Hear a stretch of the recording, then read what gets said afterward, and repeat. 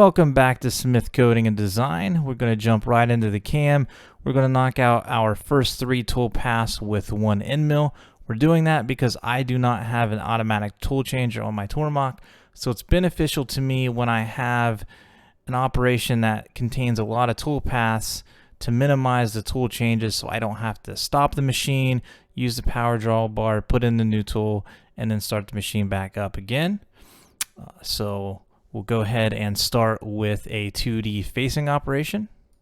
So we will come up here to 2D, we'll select face, we'll go straight to our tools into my Tormach library and select the YG1. I normally use the YG1 end mill for finishing, but we're going to use it for facing and for a 3D adaptive clearing here in a minute. So we'll select that. We're running at 7,500 RPM. We're going to go 50 inches per minute, and we're going to face our stock in one pass. So we're going to take 50 thousandths off the top. So let's go ahead and look at our feed per tooth is a little over 2 thousandths. So now we'll go to geometry. So that looks fine for a facing operation. We'll jump into our heights, make sure our top height and our bottom height are correct.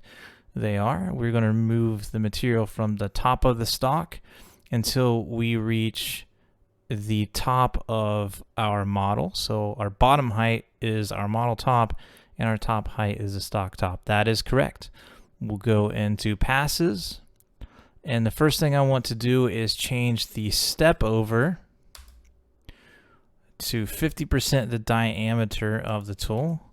Our end mill is 3/8, so we'll go ahead and adjust our step over accordingly. We are not going to do multiple depths. We're going to take that 50 thousandths off in one pass. All right, we'll go into our linking tab, and again, we will check extend before retract, so the tool goes all the way off the stock before retracting. We don't want to dwell at the edge of the stock and potentially leave any tool marks. So we'll check that. We will click OK, and there will be a slight issue with this toolpath, and we'll fix it in a second. So let's go ahead and simulate, and I will show you what I am referring to. So if we go ahead and run this simulation, and I'm going to stop, and if you drag down here at the timeline, sometimes it's a little easier to have more control. And so what I want to do is make sure that when we are going off the last pass, we want to make sure the end mill is going just a little bit over the edge of the stock so that we don't leave a thin piece of material. And if I orbit and I look here, we are actually perfectly in line with the stock and really, or maybe just a little over, but we are not much over the edge of that stock. So what I'm going to do, just to be sure, is go back into the facing operation. I'm going to go into passes, and I'm just going to use a stock offset of, let's say, 100 thousandths. And you can use less than that. I'm just going to go with 100 thousandths. And now let's go ahead and go back to our home view, and we'll go back into the simulation. And now let's go ahead. I'll just stop, and we'll drag the timeline here. It's a little easier to control the simulation this way. And let's go to our last pass. There we go. And let's orbit to the right side view, and you can see we're definitely off the edge of the stock, so I'm not going to leave any type of thin piece of material there. So that's good for me. So I'm going to exit. That does it for our facing operation. So we just, again, went down 50 inches per minute, half the diameter of the tool, and took the 50 thousandths off the top of our stock. So that's good. The next thing we're going to do is get into our 3D adaptive clearing. So we're going to rough out the stock around our part. I'm going to go up here and select 3D adaptive clearing. And then we're going to go back to our tools, into the library for the Tormach, and again select the YG1 end mill, 3/8, 3 flutes. Again, we're going to go 50 inches per minute. And if you ever feel like you want to go faster, you're not sure, you can always use the feed rate override on your machine and notch it up just a little bit or take it back a little bit, depending on what your comfort level is, or if you feel like your spindle is bogging down, etc. We all have different machines and run in different conditions, so don't be afraid to adjust the parameters in a way that suits your machine. We don't need to go into geometry because this is a 3D toolpath. Fusion will take our geometry into consideration for us. We'll go to heights. And the first thing we notice here is our top height is the stock top. In the facing operation, we removed all of the stock off the top of our part. So we want this to be model top. And then our retract height, instead of being from the stock top, we can make that model top as well. So our heights are now good. We will go into the passes tab, and for our optimum load, I am going to go with 30 thousandths, around 10% the diameter of the tool. For optimal load here at 30 thousandths, I am 8%. That's what I prefer to use. And we don't need to adjust our roughing step down or anything of that nature. We are going to be essentially going full depth of cut, which would be 400 thousandths for this particular part. We will, however, change our stock to leave to 10 thousandths. So we'll change that. All right, everything there looks good. Go to our linking tab. I don't think we're going to perform a helical entry, but just in case Fusion decides to, we'll go ahead and make our ramp clearance height 20 thousandths so that we would not be cutting air. We'll click OK. Fusion will go ahead and generate our adaptive clearing for us. And all we want to do now is, again, always simulate, just to make sure that we don't do anything dumb and crash our machine into our vise or something of that nature. There we go. So that's nice. Again, I'm just going to pause it and then take control of the timeline down here just so I could, go back and forth to any interesting parts of the toolpath that I may want to focus on. All right, everything looks good. I don't see any issues at all, so we're good there. So now what we're going to do is we're going to finish the operations or finish the toolpaths we're going to use the YG1 end mill with. And so what we're going to do is just a 2D contour. So we're going to go to 2D contour. We're going to, again, select the YG1 end mill.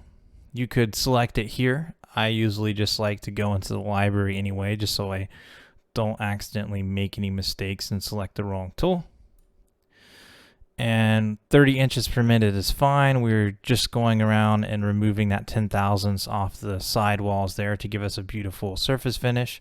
So I'm okay with leaving that at 30 thousandths, or sorry, 30 inches per minute. Now what I want to do is go to geometry. And again, I'm just going to select the bottom contour. So that is fine. We'll go into our heights. Again, here we want this to be the model top. We've already removed all of the stock off the top of our model. Selected contour is fine. Retract height. Let's go ahead and make that from our feed height.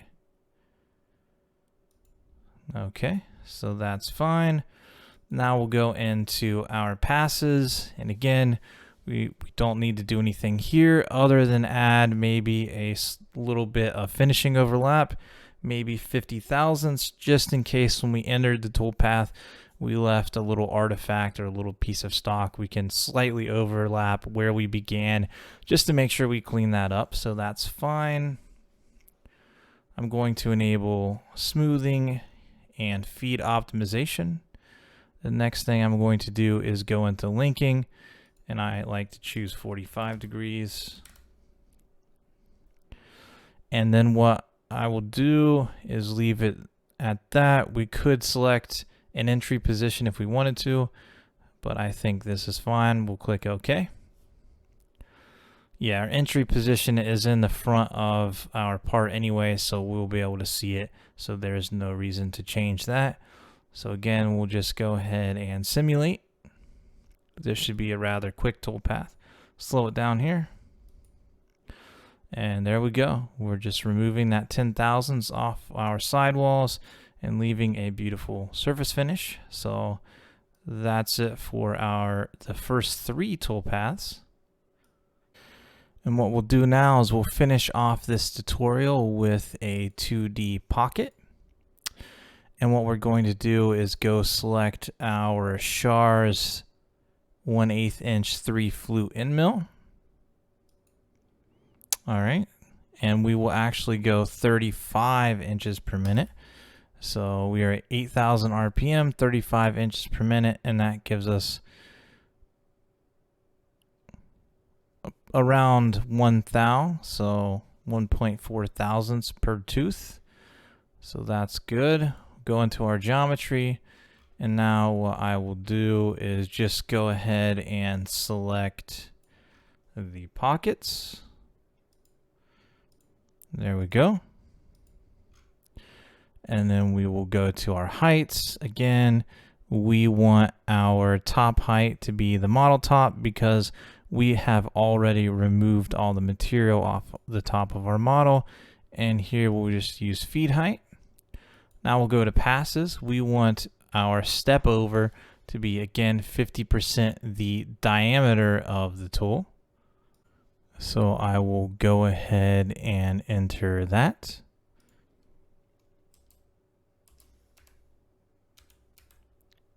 All right. We'll go ahead and do a finishing pass. We'll make our finishing step over 1,000th, or sorry, 10,000ths. All right, so everything there is looking fine. We don't want stock to leave. We do want multiple depths, right? We don't want to drive our 1/8 end mill all the way into the pocket and then break it. Okay, so I am going to go in steps of 30 thousandths. Okay, so everything there looks fine. I'll go ahead and enable smoothing and feed optimization. We'll go into our linking tab, and what I want to make sure here is that we're not cutting air as we are performing a helical entry into these pockets. So I'm going to go to my ramp clearance height and change that to 20 thousandths. And then I'm going to click OK. And Fusion will generate that toolpath for us. There we go. So that looks nice. We'll go ahead and simulate, and this should finish off our tutorial. So there we go. We are just performing a helical entry and then removing 30 thousandths worth of stock at a time. So that's nice. We'll go ahead and stop and just sort of use the timeline feature down here and just walk, make sure there are no collisions. Walk or work our way through all the toolpath. There we go. So everything looks fine there. I think that's it for this tutorial. And in the next tutorial, we will get into our drilling operations and some chamfering, and then eventually we'll work our way into that thread milling operation. So thank you for tuning in to this week's tutorials. Please enjoy the Tormach machining at the end. Thank you, like and subscribe. Alright, so you guys might have seen this in the overview video. So I'm using the YG1 end mill for 3 tool paths to save myself on tool changes. I don't have an automatic tool changer in the Tormach. I use the power drawbar, and so tool changes mean a lot to me because they take a lot of time.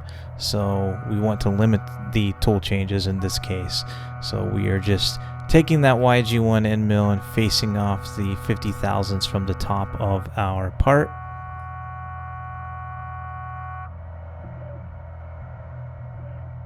So now we're transitioning into the 3D adaptive clearing. You'll notice I'm using the GoPro this time with coolant instead of just using an air blast. It does help provide a better surface finish, so that's good. Ultimately, I would prefer to use flood coolant, so I think what I might do is either use the Toolpaths to create an air knife or 3D print an air knife. That would help keep any coolant droplets off of my GoPro lens while I'm machining. The ultimate goal is just to make sure I can provide clear video for you guys to see. So for now, we'll be sticking with the fog buster with coolant.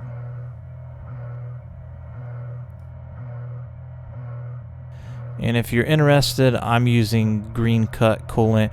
It's one of the very few coolants I could find that claims to be environmentally friendly and non-toxic. So that's important to me. If you have children or you have pets around, you don't want anything toxic leaking out of your Toolpath onto the floor where your child or your pet could get a hold of it. So keep that in mind when you're purchasing coolant.